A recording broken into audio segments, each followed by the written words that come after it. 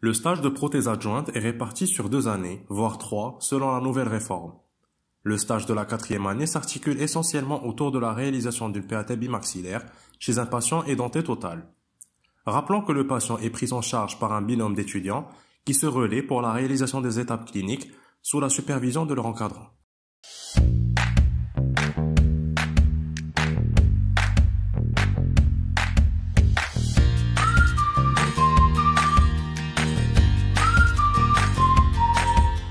Après accueil et installation du patient, celui-ci a été informé des différents aspects de ce projet vidéo ainsi que ses objectifs.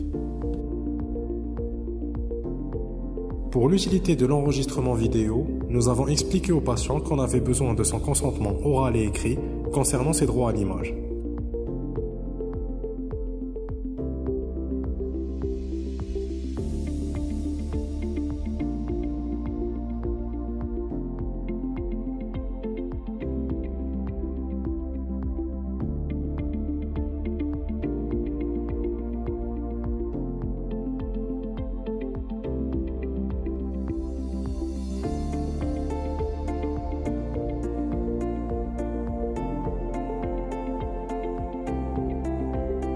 Avant tout traitement prothétique, il convient de réaliser un bilan clinique approfondi comprenant 4 volets, dont le premier est l'interrogatoire.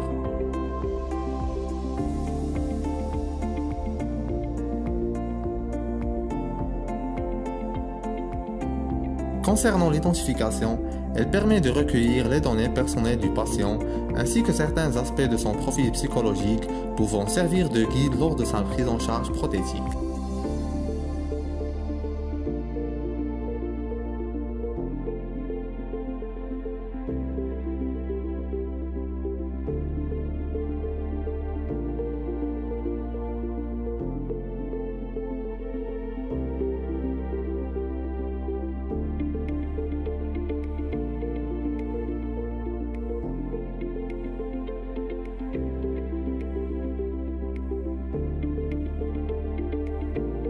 Le motif de consultation est variable d'une personne à une autre. Il peut être esthétique, fonctionnel, phonétique ou une combinaison des trois. Pour notre patient, le sien était essentiellement esthético-fonctionnel.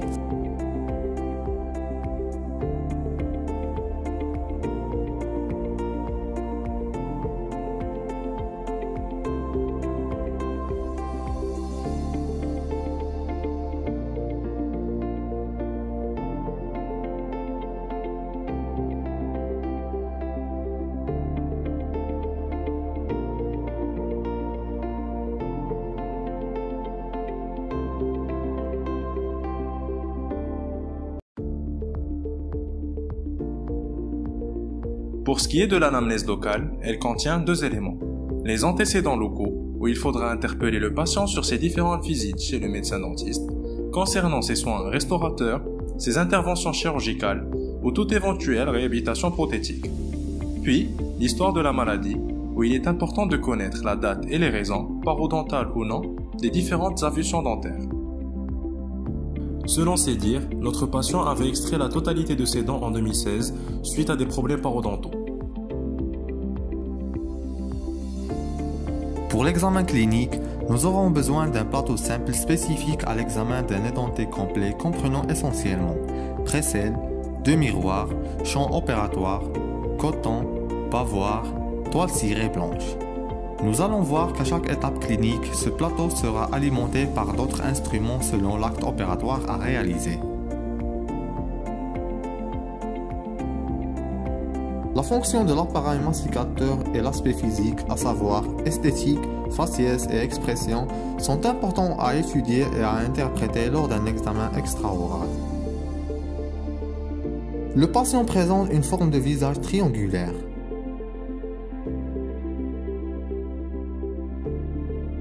Face asymétrique par rapport à l'axe sagittal médian avec un profil qui est concave.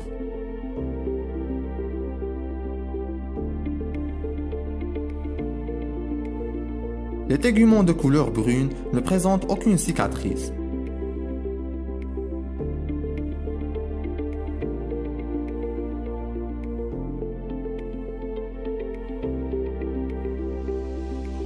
les cheveux de couleur grise et les yeux marrons.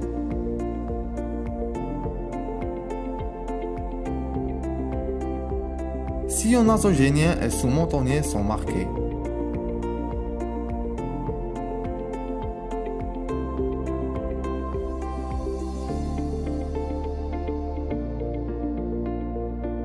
Hypotonicité des muscles masticateurs.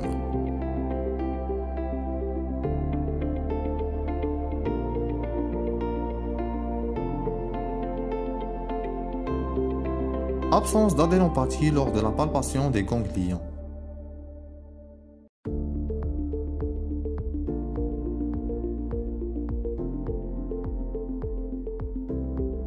Pas de douleur, ni claquement-craquement, ni de déviation lors de l'ouverture buccale maximale.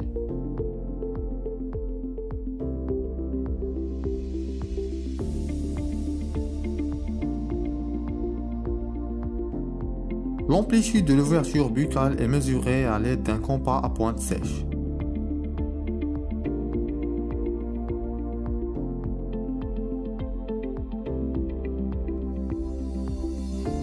La prononciation répétée des mots par le patient permet d'obtenir une position de repos physiologique dont la dimension verticale sera mesurée. L'examen endobuccal présente un intérêt considérable puisqu'il nous permet de mettre le point sur les éventuels éléments anatomiques pouvant interférer sur la réussite de la prothèse. Nous débutons par examiner l'hygiène du patient. L'examen salivaire consiste à apprécier la qualité et la quantité. Dans notre cas, elle est peu visqueuse et de quantité importante. L'inspection des muqueuses labio-jugales révèle la présence de taches noirâtres dues à la consommation tabagique.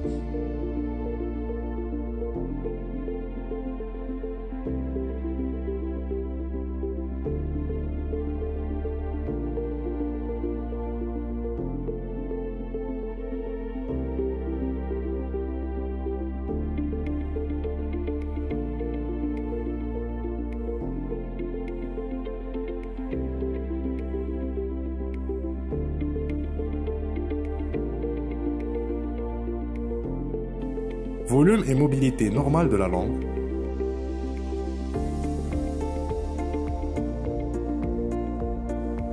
Forme de l'arcade maxillaire en E. Palais profond avec des taches noirâtres. Les crêtes sont de volume important avec une couleur rose pâle et des taches noires au niveau antérieur. Elles sont de consistance ferme avec absence de douleur à la palpation.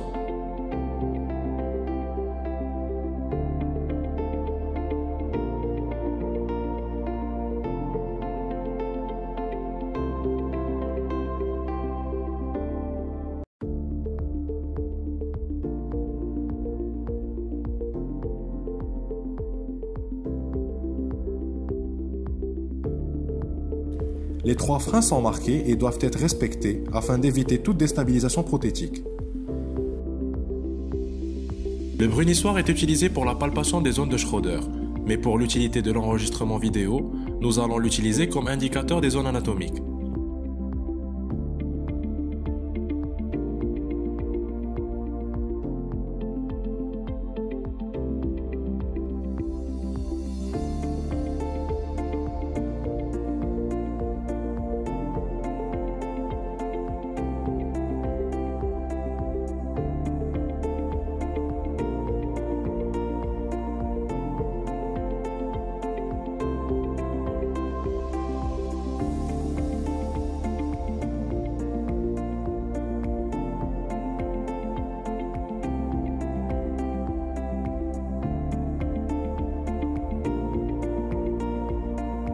Les zones de Schroeder sont palpées à l'aide du brunissoir.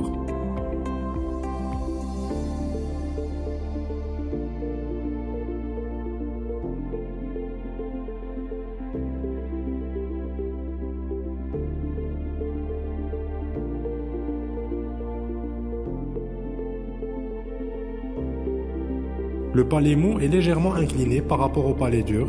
Il s'agit d'une classe 1 de Landa.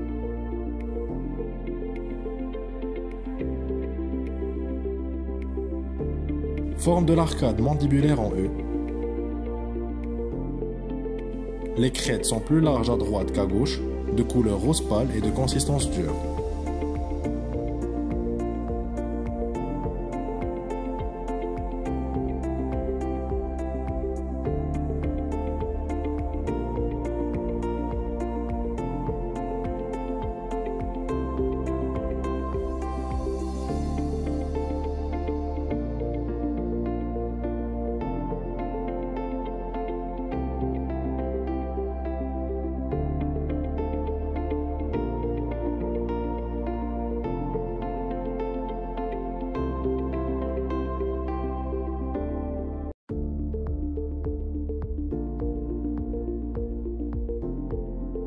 Lors de cet examen, nous avons remarqué une hyperplasie muqueuse d'environ 1 cm de diamètre, localisée au niveau de la crête mandibulaire gauche, recouverte d'une muqueuse d'aspect kératosique, sessile et légèrement indurée à la palpation. La découverte fortuite de cette lésion ne nous a pas découragés quant à la prise en charge de notre patient. Bien au contraire, nous avons programmé, à la fin de l'examen clinique, de réaliser l'exérèse de celle-ci au niveau du bloc d'odontologie chirurgicale.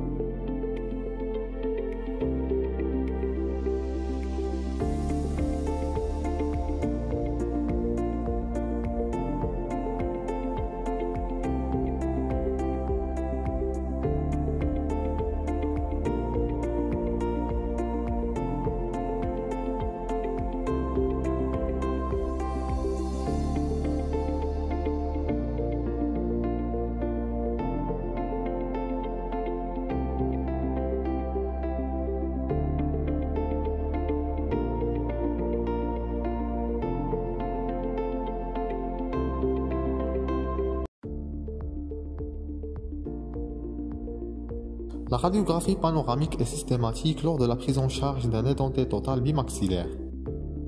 L'examen radiographique de notre patient a révélé que les crêtes alvéolaires, maxillaires et mandibulaires sont peu résorbées avec une densité normale des os. À la fin de l'examen clinique, nous réalisons un diagnostic qui résume l'état du patient. Le patient âgé de 66 ans s'est présenté pour un préjudice à la fois esthétique et fonctionnel, sans aucun souci au niveau de sa santé générale. Sur le plan local, il présente une édentation totale bimaxillaire avec une lésion blanche sur la crête mandibulaire gauche. Les crêtes étant de volume important suite aux affusions récentes, le pronostic est favorable à la mise en place d'une prothèse adjointe totale bimaxillaire.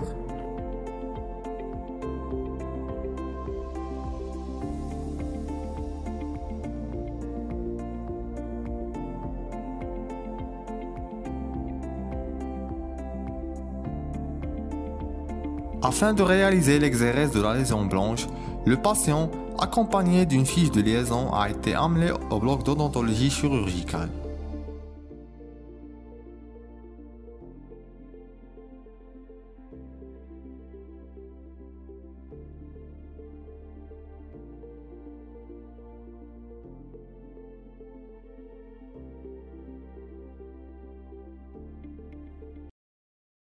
Celle-ci a été transférée au laboratoire des analyses pour un examen anapathe précis.